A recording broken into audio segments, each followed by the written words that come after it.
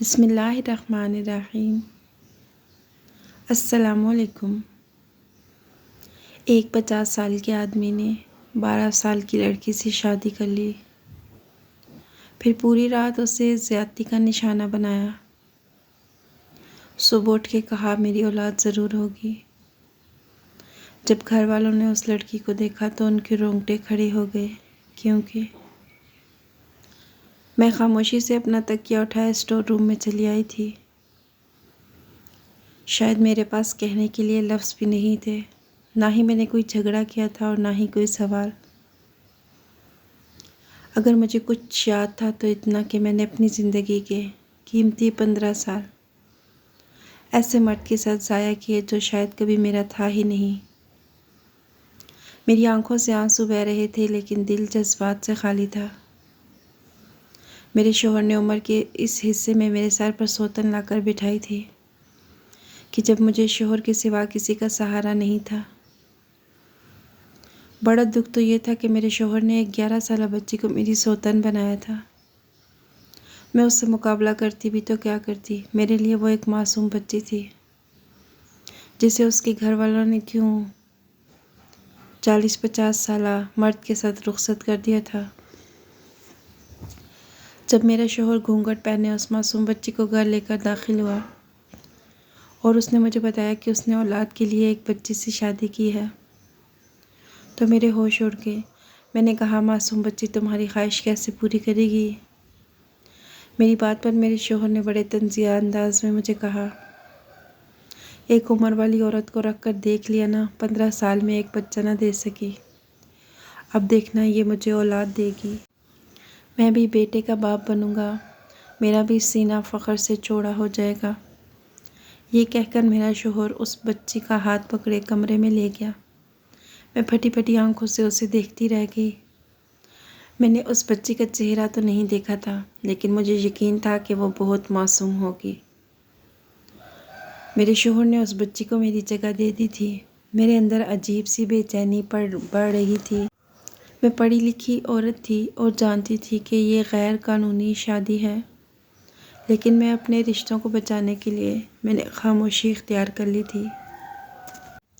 کچھ ہی دیر گزری تھی کہ میرے شوہر کے کمرے سے دل دہلا دینے والی چیخوں کا سلسلہ شروع ہو گیا۔ میں گھبرا کر اٹھ بیٹھی۔ مجھے اچھی طرح اندازہ تھا کہ یہ آوازیں میرے کمرے سے آ رہی تھی جس میں اب میرا شوہر اپنی نئی بیوی کے ساتھ بند تھا، لیکن اس کی بیوی کیوں چیخ رہی تھی اور وہ بھی اس طرح؟ میرا شوہر نہ جانے اس بچی کے ساتھ کیا کر رہا تھا۔ میرے ہاتھ پاؤں پوری طرح کپ آ رہے تھے۔ وہ 11 سال کی بچی کیا ازدواجی تعلق کے لیے ذہنی طور پر تیار ہوگی؟ اکثر تو بڑی عمر کی لڑکیاں بھی شادی کی رات پریشان ہو جاتی ہیں۔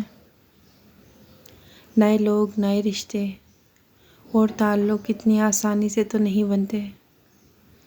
مجھے آج بھی اپنی شادی کی رات یاد ہے۔ میں بہت زیادہ گھبرائی ہوئی تھی، ہر چیز سے خوف آ رہا تھا۔ البتہ تکلیف کا سامنا تو میں نے بھی کیا تھا، لیکن یہ 11 سالہ بچی تو شاید ہر بات سے ناآشنا تھی۔ فرقان جب جذبات میں بہتے تو ان کے جذبات کے آگے میں بھی نہیں ٹھہر پاتی تھی۔ اس بچی کی چیخیں آج سارے گھر میں گونج رہی تھیں کیونکہ فرقان نے اسے بھی نہیں بخشا تھا۔ یہ سوچ کر میرا دل دہلتا جا رہا تھا کہ پتہ نہیں اس بچی پر کیا گزری ہوگی۔ میرے ٹھنڈے پسینے چھوٹ رہے تھے۔ ایسے معاملات میں اگر چھوٹی بچیوں کے ساتھ زبردستی کی جائے تو وہ ذہنی مسائل کا شکار ہو جاتی ہیں۔ میں کافی دیر تک اس بچی کی چیخوں کو برداشت کرتی رہی، پھر کچھ دیر کے لیے چیخیں آنا بالکل بند ہو گئیں۔ تھوڑی ہی دیر گزری تھی، چیخوں کا سلسلہ دوبارہ شروع ہوا۔ ساری رات ایسے گزرتی چلی گئی، کبھی چیخوں کی آواز بلند ہو جاتی، کبھی بالکل ختم ہو جاتی۔ ایک وقت آیا کہ میرے صبر کی حد ختم ہو گئی۔ میں تیزی سے اٹھی اور اپنے کمرے کے دروازے پہ پہنچ کر زور زور سے دروازہ پیٹنا شروع کر دیا۔ میرا بس چلتا تو میں دروازہ توڑ کر اندر چلی جاتی۔ میں نے غصے میں چیخ کر کہا، فرقان خدا کے لیے کچھ رحم کرو، تمہاری اولاد کی خواہش کسی اور کی گود کو اجاڑ دے گی۔ تمہیں اندازہ بھی ہے تم کیا کر رہے ہو، ایسا گناہ کر رہے ہو۔ کیا تمہیں 11 سال کی بچی ہی ملی تھی جسے تم میری جگہ لے آئے؟ کچھ تو خدا کا خوف کرو۔ اس کی چیخیں میرے کان پھاڑ رہی تھیں۔ میں پورے زور سے دروازہ بجا رہی تھی تاکہ میرے شوہر کو کچھ تو ہوش آئے، لیکن نہ جانے کیا بات تھی، اس نے دروازہ نہیں کھولا تھا۔ یہاں تک کہ میں تھک ہار کر کمرے کے دروازے کے ساتھ لگ کر بیٹھ گئی۔ میرے آنسو بہتے جا رہے تھے۔ انہی آوازوں کے ساتھ پتہ نہیں کب میری آنکھ لگ گئی۔ میں نے اپنے شوہر کے لیے کیا کچھ نہیں کیا تھا، اتنی قربانیاں دی تھیں کہ میرا اپنا دامن خالی رہ گیا۔ جب میری شادی ہو کر آئی تو اس وقت میرے 2 دیور اور 3 نندیں موجود تھیں۔ میں بڑی بہو بن کر بہت ساری ذمہ داریاں اپنے کاندھوں پر لاد کر آئی تھی۔ شادی کے کچھ ہی دنوں کے بعد مجھے پتہ چلا کہ میرے شوہر کی تنخواہ اس گھر کے لیے ناکافی ہے۔ چھوٹے بھائی پڑھ رہے ہیں اور تینوں بہنوں کی شادیاں ہونی ہیں۔ تنخواہ میں گزارا مشکل تھا۔ میری شادی کے وقت میرے شوہر کے گھر والوں نے جھوٹ کا سہارا لیا تھا اور بتایا تھا کہ میرے شوہر کی نوکری بہت اچھی ہے، لیکن شادی کے کچھ ہی دنوں کے بعد مجھ پر یہ بھید کھلا کہ وہ ایک معمولی سے ملازم تھے۔ لیکن میں نے کوئی گلہ شکوہ نہیں کیا بلکہ اپنی کمر کس لی اور یہ عہد کیا کہ میں اپنے شوہر کے شانہ بشانہ کھڑی رہوں گی۔ میرے پاس سلائی کا ہنر تھا۔ میں نے آس پڑوس کے لوگوں کے کپڑے کم داموں میں سینا شروع کر دیے۔ میرے ہاتھ میں اس قدر صفائی تھی کہ جس نے ایک دفعہ مجھ سے اپنا جوڑا سلوایا وہ دوسری بار خود ہی میرے پاس آیا اور میرا کام چل پڑا۔ جو پیسے میں کماتی اس سے گھر کا خرچ چلاتی اور شوہر کی جو تنخواہ تھی وہ میں نے پوری کی پوری دیوروں کی پڑھائی اور نندوں کی شادی کے لیے جمع کرنا شروع کر دی۔ میری شادی کو 6 مہینے گزرے تو مجھے پتہ چلا کہ میں امید سے ہوں۔ ڈاکٹر نے مجھے سختی سے آرام کا کہا اور سلائی سے منع کر دیا کیونکہ سلائی کا کام مشقت طلب تھا۔ گھنٹوں سر جھکا کر بیٹھے رہنا پڑتا تھا۔ ڈاکٹر نے کہا یہ میرے اور میرے بچے کے لیے ٹھیک نہیں ہوگا۔ جب یہ بات میرے شوہر کو پتہ چلی تو وہ کہنے لگا ڈاکٹر تو بس ایسی ہی باتیں بتاتی ہیں، تم سلائی چھوڑو گی تو ایک دفعہ پھر ہم گھر کے خرچوں کے لیے پریشان ہو جائیں گے۔ مجھ میں اتنی ہمت نہیں ہے کہ میں اکیلے یہ سب کروں۔ مجھے بھی ایسا ہی لگا کہ مجھے شوہر کا ساتھ چھوڑنا نہیں چاہیے۔ میں نے سلائی کے کام کو جاری رکھا، لیکن اس کا خمیازہ مجھے اس طرح بھگتنا پڑا کہ میرا مس کیریج ہو گیا اور میری گود خالی ہو گئی۔ اس وقت مجھے لگا کہ میرے شوہر کو میری طرح بہت دکھ ہوگا، لیکن مجھے بہت حیرانی ہوئی جب میرے شوہر نے کہا چلو اچھا ہوا، کچھ عرصہ تم آرام سے کام کرو، جب سب کی شادیاں ہو جائیں گی تو پھر بچے بھی ہو جائیں گے۔ شوہر کی بات سن کر میرا دل تھوڑا سا دکھا تھا کیونکہ مجھے بچوں کی خواہش تھی اور میں چاہتی تھی کہ کم از کم ایک بچہ میری جھولی میں آ جائے، لیکن پھر یہ سوچ کر خاموش ہو گئی کہ بچے کے ساتھ میری ذمہ داریاں بھی بڑھ جائیں گی اور خرچوں میں بھی اضافہ ہو جائے گا۔ شاید میرے شوہر ٹھیک ہی کہہ رہے تھے۔ پھر میں نے اپنے کام پر مزید توجہ دینا شروع کر دی، پھر ساتھ ہی ساتھ اپنی 2 نندوں کا رشتہ پکا کر دیا۔ میں نے سسرال کو سسرال نہیں بلکہ اپنا گھر مانا تھا اور اس رشتے کو دل سے قبول کیا تھا۔ اس دوران جب شوہر میرے ساتھ کوئی تعلق قائم کرتے تو ساتھ ہی مجھے ایک گولی بھی کھلا دیتے جس کی وجہ سے میں حاملہ نہ ہو پاتی۔ شروع میں تو میں خاموشی سے وہ گولی کھا لیا کرتی، لیکن پھر اس کی وجہ سے مجھے اپنے اندر تبدیلیاں محسوس ہونا شروع ہوئیں۔ میں نے یہ بات اپنے شوہر سے کہی تو وہ کہنے لگے پریشان ہونے کی ضرورت نہیں، دنیا میں بہت سی ایسی عورتیں ہیں جو یہ گولیاں کھاتی ہیں، اس سے کوئی نقصان نہیں ہوگا۔ پھر کچھ ہی عرصے کی بات ہے، لیکن وہ کچھ عرصے 8 سالوں پر محیط ہو گئے۔ 8 سالوں میں میں نے 3 نندوں کی شادیاں کی اور ساتھ ہی دیوروں کی پڑھائیاں بھی پوری ہوئیں۔ میں نے اپنی جان سے بڑھ کر اپنے شوہر اور سسرال والوں کے لیے کام کیا، لیکن جب بھی اولاد کی خواہش کرتی تو میرے شوہر مجھے ڈانٹ ڈپٹ کر خاموش کروا دیتے، کہتے کہ بس کچھ ہی عرصے کی بات ہے، دونوں چھوٹے بھائیوں کو پردیس بھیجوں گا، وہ کما کر پیسے بھیجیں گے تو ہمارے دن بدل جائیں گے، میں کاروبار شروع کروں گا تو اپنے بچوں کو بھی اچھا مستقبل دے پاؤں گا۔ جب ان دونوں کی پڑھائی پوری ہوئی تو میرے شوہر نے اپنے ایک دوست سے کہہ کر بیرون ملک ان کی نوکریاں لگوا دیں، لیکن پردیس جاتے ہی انہوں نے اپنا اصل رنگ دکھایا اور اپنی کمائی کا کچھ حصہ بھیجنا تو دور، مہینوں ایک دفعہ فون بھی نہ کرتے۔ بڑی بہنوں کی بھی شادیاں ہو گئیں، وہ اپنے گھروں کی ہو گئیں، اب میں اور میرے شوہر بچ گئے۔ میں نے اپنے شوہر سے اصرار کیا کہ اب مجھے بچے چاہیے، اس گھر کی خاطر میں نے سب کچھ کر دیا ہے، تو میرے شوہر بھی راضی ہو گئے کیونکہ اب مجھ پر کوئی ذمہ داری نہیں تھی۔ لیکن اس وقت مجھے پتہ چلا کہ مستقل معنی حمل گولیاں کھانے سے میری ماں بننے کی صلاحیت کو بہت نقصان پہنچا ہے، اور میرا امید سے ہونا اتنا آسان نہیں رہا۔ میرے شوہر کو بھی اس وقت افسوس ہوا کہ ہماری زندگی میں بچوں کی کمی ہے، جب ان کے بہن بھائی سب اپنے مستقبل میں سیٹ ہو گئے اور سب نے ہماری قربانیوں کو فراموش کر دیا۔ اس کے بعد میں نے ہر ڈاکٹر کو چیک کروایا، نہ جانے کتنی دوائیاں کھائیں، لیکن میں نے 8 سالوں میں جو گولیاں کھائی تھی اس کا اس قدر گہرا اثر میری صحت پر پڑا تھا کہ میں پھر امید سے نہ ہو سکی، اور بالآخر ڈاکٹروں نے یہ کہہ کر جواب دے دیا کہ میں نے اپنے ہاتھوں اپنی ماں بننے کی صلاحیت کو ختم کیا ہے۔ کوئی بھی عورت اگر ایک حد سے زیادہ گولیاں کھاتی ہے تو اس کے اندر کا نظام تباہ ہو کر رہ جاتا ہے۔ اس کے بعد سے میرے شوہر نے ہر گزرتے دن کے ساتھ بچے کی فرمائش شروع کر دی، یہ جانتے ہوئے بھی کہ انہی کی وجہ سے میں ماں بننے کے قابل نہیں رہی۔ جب تک میں ان کے مسائل حل کرنے میں ان کا ساتھ دے رہی تھی تب تک بچہ ان کے لیے بوجھ تھا، لیکن جب سارے مسئلے نمٹ گئے اور گھر خالی ہوا تو انہیں اس بات کا خیال آیا کہ اب بچے ہونے چاہیے، لیکن اب مجھ میں ہمت نہیں تھی، اور نہ ہی ماں بننے کی طاقت، اور نہ ہی ماں بننے کی صلاحیت۔ انہوں نے ہر دن مجھ سے لڑائی جھگڑا شروع کر دیا، یہاں تک کہ میں گھر کے ماحول سے تنگ آ گئی۔ میں نے کیا کچھ قربان کیا تھا، اپنی جوانی، اپنی ممتا۔ میرے شوہر نے بدلے میں مجھے طعنے دینا شروع کیے۔ بڑی مشکل کے ساتھ میں نے اپنے شوہر کے ساتھ زندگی کی گاڑی کو آگے بڑھانا شروع کر دیا۔ میں نے انہیں امید دلائی کہ آج نہیں تو کل ہمارے بچے ہو جائیں گے، لیکن وہ نا امید ہوتے چلے گئے۔ امید تو میری بھی ٹوٹ گئی تھی، لیکن مجھے اپنے رب پر پورا بھروسہ تھا۔ ایسے ہی 15 سال گزر گئے اور پتہ بھی نہیں چلا کہ کب میرے بالوں میں چاندی کے سفید تار نظر آنے لگے۔ میرے شوہر خود بھی بوڑھے ہونے لگے اور انہیں یہ وہم ستانے لگا کہ اب وہ 40 سال کے ہو گئے ہیں، اگر اس سے زیادہ عمر نکلی تو ان کے لیے شادی کرنا مشکل ہو جائے گا۔ اب وہ کسی بچی کو بیاہ لائے تھے اور اس کے ساتھ کیا سلوک کیا جو اس کی چیخیں سارے گھر میں گونج رہی تھیں۔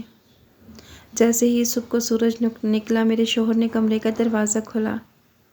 میں تیزی سے کھڑی ہوئی اور اپنے شوہر کو گریبان سے پکڑ لیا۔ میں نے اس سے پوچھا کہ تم نے ایک معصوم بچے کے ساتھ کیا کیا ہے؟ میں ساری رات دروازہ بجاتی رہی، تم نے دروازہ کیوں نہیں کھولا؟ میرے شوہر نے غصے میں مجھے دھکا دیا اور کہنے لگے، کیا جاننا چاہتی ہو تم؟ کیا لگتا ہے تمہیں میں نے کیا کیا ہے ساری رات؟ جاؤ جا کر دیکھ لو، تمہاری روح کو سکون مل جائے گا۔